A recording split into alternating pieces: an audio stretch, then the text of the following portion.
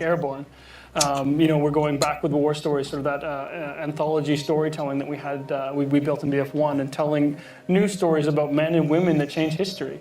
We get to tell everyone today that co-op is back in Battlefield 5, and that's a huge thing for us. And this is just the beginning. Launch is just the beginning. We really want to take players on a journey through World War II. It always feels like it's a journey. That's what it always feels like. One thing I loved about the game was how the maps and the world was constantly changing. It felt like my bedroom at home. I never knew what to expect. And I think when looking at this game, Andreas, what's your vision to take this to the next level? So we're really building on what we started with the previous games. It's really about giving players the most immersive world that they could enter. You should really be grounded in it. Expanding on the movement set that we've done so well, really pushing all these new features that we're going to be talking about. Right, it sounds great. I'm genuinely excited. I have a few highlights that I'm looking forward to. Let's dive into it and talk about some of the gameplay. Here to do that is Daniel Brilliant. In Battlefield 5, we're expanding the toolbox for the player, giving you access to new abilities to create your own and brand new Battlefield moments. Now there's a deeper connection between the player and the world around you. You will be physically pushed by the shockwaves from explosions. You can experience completely new ways to traverse and tactically maneuver across the battlefield with our overhauled movement system. Our renowned destruction will rip up the terrain, leave chunks of masonry hanging from destroyed buildings, or have high-caliber rounds ripped straight through walls to take out enemies hiding inside. We're also bringing back classic modes, such as Majority Rule Conquest, but we also have new modes and experiences for our unique take on World War II. We're bringing back operations with a bang, and we're calling it Grand Operations. Here, you'll experience multiple game modes as you fight over multiple maps, all wrapped within our narrative journey through historically inspired battles from World War II. With the return of our anthology format for single-player war stories, with new characters to meet and untold stories to discover. Now, Daniel just talked about a new multiplayer experience called Grand Operations. And I'm really excited because it sounds to me like you can pilot the giant grand piano like a tank. I'm pretty certain that's what it is, right, Andreas? I'm not sure about the piano, but it's definitely massive. It's really about reliving all these power fantasies from World War II, like Airborne, being powered up in, and it's operations. It's really good. What we want players to feel like is sort of a dynamic player-impacted experience, taking place over 4 fictional days. Day one starts with you jumping out of an airplane and with the objective to destroy the enemy artillery, with that enemy sort of entrenching themselves to defend and protect. And depending on how the outcome of day one goes for you, as the two main forces start to battle over day two in a game of breakthrough, with the number of lives you have left remaining, depending on what you did the day before. And then as you continue to push on into new locations, we're going to see things like Conquest Assault, where players continue to fight for that terrain. And assuming, when we see these players end up in a giant stalemate, then they're going to enter day 4, which is Final Stand. And this is sort of tired, muddy, no resources left. You've got just you, your squad, and one clip, and you all fight to the last man standing with the weight of the world on your shoulders. So this is a game mode that you may never see if your games are not in a stalemate. You may never get to that 4th map and 4th story then. Exactly. That's an exciting way to play the game. I want to know when we can see more. You get hands-on multiplayer for the first time. That's an exciting way to play the game. I want to know when we can see more. You get hands-on multiplayer for the first time. That's an exciting. You guys say that co-op is back, and that's one of my favorite aspects of Battlefield 1. Lars, can you tell me more about that mode? I definitely can. I'm happy to say that for the first time since Battlefield 3, co-op is back, and we're calling it Combined Arms. And here it's yet another way to experience that Battlefield sound, next to our war stories and the multiplayer. And what we want to do here is to allow you and up to 3 players to go online and step into those shoes of the Pathfinders, those paratroopers that go in behind enemy lines. And here you really only have the soldier next to you, maybe not Brian, but the soldier next to you to rely upon as you move forward, since, getting detected might mean death, and you will soon be struck by resource scarcity. You need to find the tools and find your way to the objective. So stakes are high, and you need to kind of assess, can I push through or do we need to extract early? It's kind of win or lose. It's up to you. I've been a huge fan of war stories, the single-player campaign in Battlefield 1. What I truly enjoyed about it was I felt like I was learning about the stories behind the war and playing through the stories of the war, and it didn't always end well. And what I loved is, because of that history element, like for instance, I told my little brother, I said, hey, if mom ever catches you playing, just say this is a history class that you're doing on the console. And then what I'd do is I'd tell my mom he was going to do that so she would know that I was always her favorite. And what was great was seeing the story. Lars, like, how is single player going to change in Battlefield 5? Don't tell this to my kids. Well, are they changing? I mean, to me, I'm happy that you like the war stories. And for us, the war stories are really our opportunity to put war into perspective. It's really about those human and untold stories of the war. And we try to portray those kind of real and relatable people facing epic warfare. And it's Battlefield after all, so we'll be talking a lot here today about the gameplay improvements. So player agency is key, so you can create your own Battlefield moments. And at the bottom line, it's about allowing you to witness the Second World War, but through the eyes of the men and women that changed the world. Yeah, I mean, as you can see here, I mean, this is one of the war stories that we're going to be talking about first. I mean, this is our Nordlys story. This is the story of a young woman who is part of the Norwegian resistance fighters fighting the German occupation during World War II. I mean, this is an exploration of emotion and feelings. It's a family story. Right? You know, and this not only sort of really grounds the players in the reality, but sort of sets the context of the World War II that we're trying to create at DICE. It's not often that you find stories that connect with the emotion of the characters in the story. Instead of just focusing on the explosions and the gunfire, you see that look in her eyes. You want to know what she's thinking, what she's experiencing in that story. Why was it so important for you to focus on the people behind the stories from war? Well, I think it's important to tell, you know, sort of believable and sort of honest stories and really sort of set the context and sort of maintain that connection to the world that we're trying to create. I think it's important for people to understand where we're coming from and what our particular take is on World War II. So what we're going to do right now is we're going to go back to Daniel now to cover what you'll take to the battlefield with you. In Battlefield 5, we're aiming to mirror the immense arsenal of the Second World War. This was a period that saw an explosion in terms of innovation when it comes to weapons and vehicles. You will get to fly iconic airplanes, engage in incredible tank battles, and also unleash secret weapons from World War II. Weapons that are powerful enough to turn the tide of any battle. And with the new fortification system, you can be more strategic than ever in how you choose to defend or advance through the terrain. Back to you guys. You know, in playing Battlefield, I know everyone in the audience will agree with me, people at home as well. I've always been impressed by the level of realism in the game. I remember once I was playing with a friend who served in Special Forces, and we were talking about our favorite guns, and I was talking about the recoil and what I liked about the sights versus other guns. And he turned to me at one point and he said, "Oh, where did you serve?" And I felt embarrassed because I was like, "Oh, Battlefield 3, that's where I was." And instead of him being angry, he was like, "I didn't know that there was a game that was that immersive, something that really was as true to real without being a war simulation as possible." Guys, tell me about some of your favorite weapons in the game, some of the new vehicles that will be available in Battlefield 5. I think at first, just by going back to this era, the pool of hardware that we can choose from is immense. There's so much there. And for me, being a vehicle guy, it's really quite a simple choice. It's the Tiger 1. The Tiger 1 tank? Yeah, I think it's the most iconic tank from this era. I just think it's amazing. What do you like about it? That's a weird choice for me. Have you seen it? I think it's the best.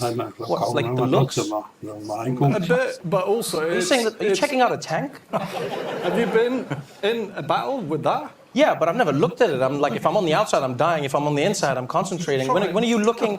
When are you doing You this? should try third-person camera. And just run around the tank dying, and then everyone's going to be like, "Who's that guy looking at the tank?" It's come on, it's beautiful.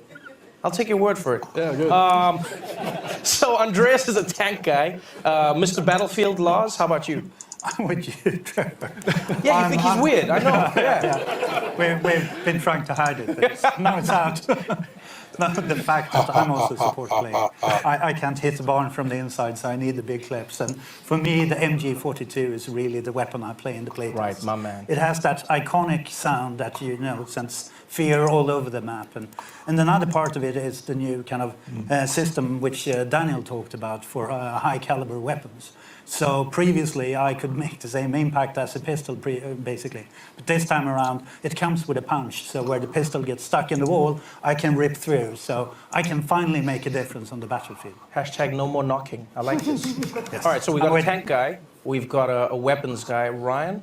Well, sort of embarrassing to admit, unlike Lars, I can't hit a barn, period. So for me, it's the toolbox.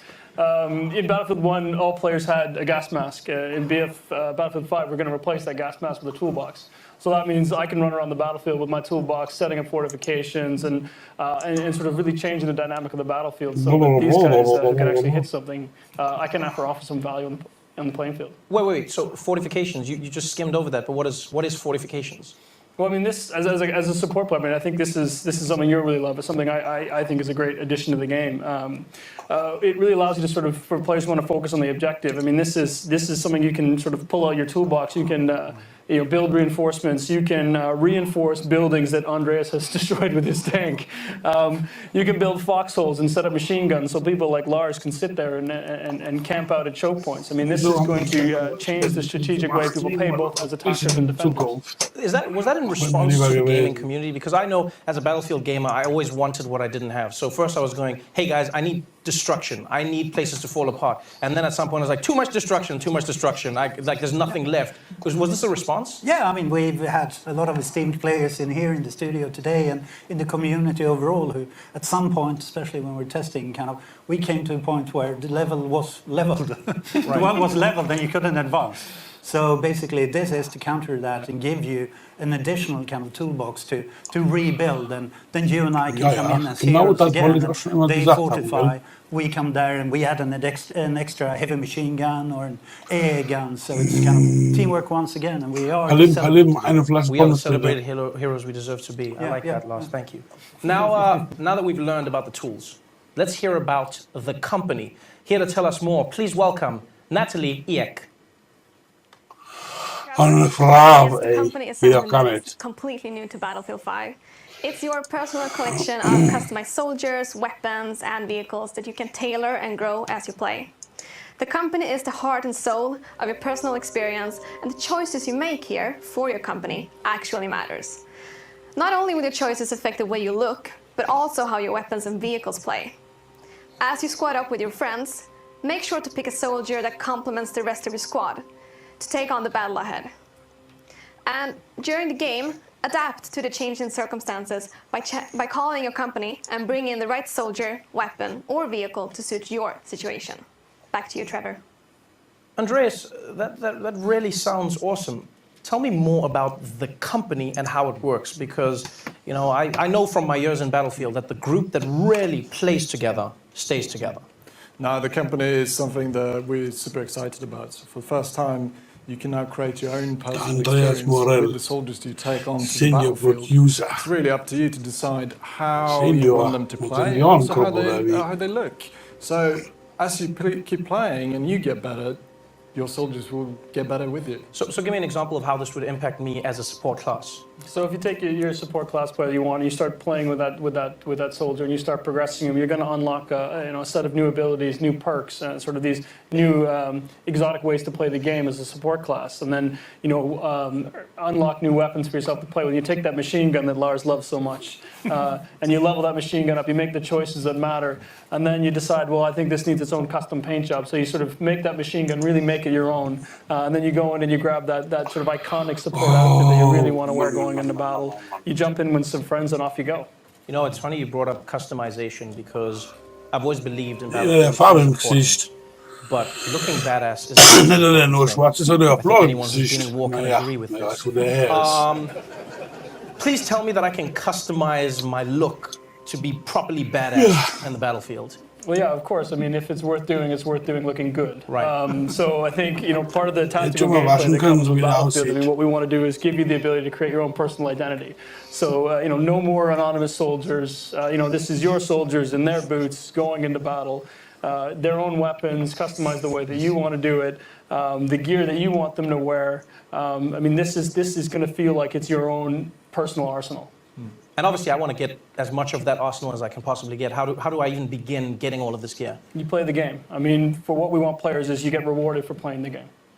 Yeah, and, I mean, it's pretty short. It's whatever you want to progress towards, your company, your class, or a specific item, you play the game. And we set out to commit to that you always feel rewarded for what you do, whatever you play. So you just play these items, then I guess I have to ask, and I know it's a sensitive subject, but I'm still going to go there. Is this game going to be pay to win? No. You can't pay to get an unfair gameplay advantage. What if I have a lot of money? Call me.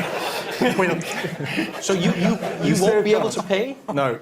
So in Battlefield, it's always been about a balanced rock, paper, scissors gameplay, and it still is. You really have to, like Les was saying, you have to play the game to earn new gear, and skill is really key. Okay, but what about Premium Pass? Will it be one of those games where I have to shell out another $50 6 months after I've bought the game? Is that how it works? Well, I guess I get the fun part of not taking any more of your money as well. But no, there's no more Premium Pass in this game. This means no more. Wow, thank you. It's the least I can do. Thank you. Yes. I mean, this means no more paying for maps, no more paying for modes. This is something the community has asked for. This is something the team really believes in. So what we want is a game where people stay together, they play the games together, and they get to go on this journey through World War II together. That's beautiful. That means I finally lose my nickname, No Maps Noah. This is so dope. All right, well, it's time to learn about what happens after the game launches. So to tell us all about live service, please welcome back Natalie and Daniel. So launch is really just the beginning. Tides of War is an epic journey that you and your company will take through World War II. It will bring you an evolving, diverse game that will grow over time as we immerse you and your company in different theaters of war. Playing Battlefield 5 is an experience unlike any other. It will differ from all previous Battlefield games. And the most important thing, it's open to all players. Yes, and there will always be new battles, new fronts, and rewards on the horizon. And by removing Premium Pass, we are keeping the community together. So this time, there will be no expansion packs, and all players will be able to take part in the same journey through Battlefield 5. And with Tides of War, our players will experience themed chapters of World War II, each spanning over several months.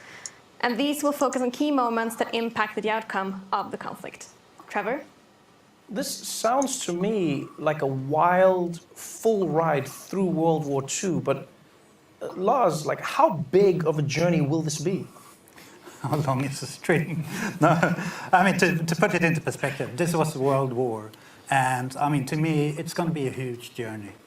I mean, we want to take you on that journey with chapters from the history, and at the end of it, we really want you to be kind of experiences daily, weekly, and monthly events leading up to kind of the pinnacle of the grand operations and experience to achieve those special assignments, getting treated with extra rewards. So it is about keeping it fresh and constantly evolving, since what we see here and talk about here today is just the beginning. And as you play it through, you start to be taken to a new horizon, new locations, new gameplay, and I mean, stick in for the ride. It sounds like it's going to be one of those experiences where the more I play, the more cool stuff I can get. I get rewarded for my time. Is that going to be across different modes? It's really simple. You just have to play the game to earn new cool gear. And it doesn't matter if it's multiplayer or combined arms. Like you see here, you will be able to earn new vehicles, new weapons. It's going to be dog tags and soldier skins, weapon skin. It's all there to really customize your crew to really be standing out on the battlefield the way you want it to be. Right, it sounds amazing, and I only have one question, and that is, when does this all start? Well, the game launches in October. So starting November, running through early 2019, we're going to start with our first chapter, which is going to focus on the fall of Europe. So we're going to explore sort of the German mechanized war machine as it pushes its way into Europe. This is going to be live gameplay-focused events. We're going to have thematic rewards tied to this. You know, we can't wait to talk to the community more about this as we lead up to launch. Yeah. Well, I'm not going to lie, you guys have definitely raised my analog stick, and I think we've waited long enough. This is the most immersive battlefield yet in a World War II you have never seen before, where launch is just the beginning of the journey. I'm done talking. I think it's time we see this thing. Are you all ready? Well, here it is, ladies and gentlemen, for the first time ever, the reveal trailer for Battlefield 5.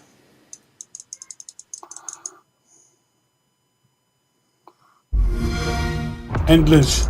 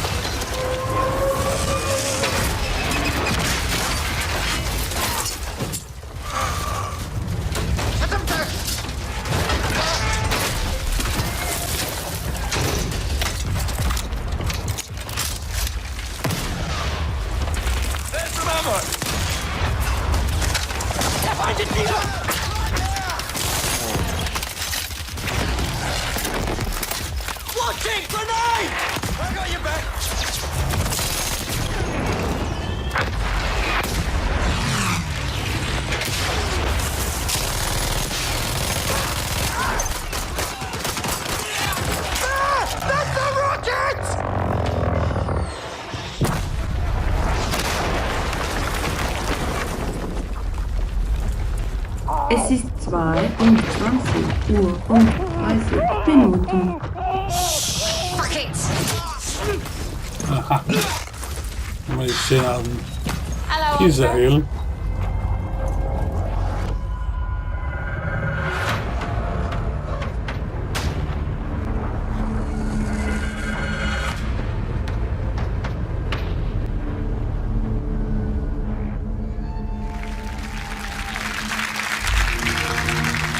Games play best on Xbox One.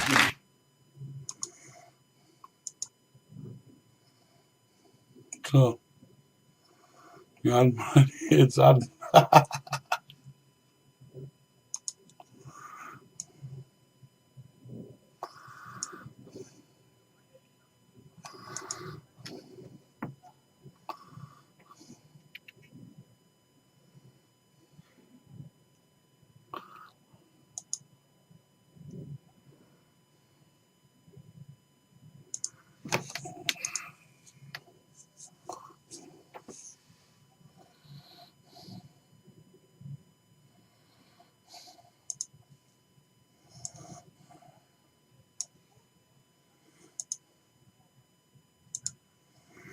So halt mal das, ja.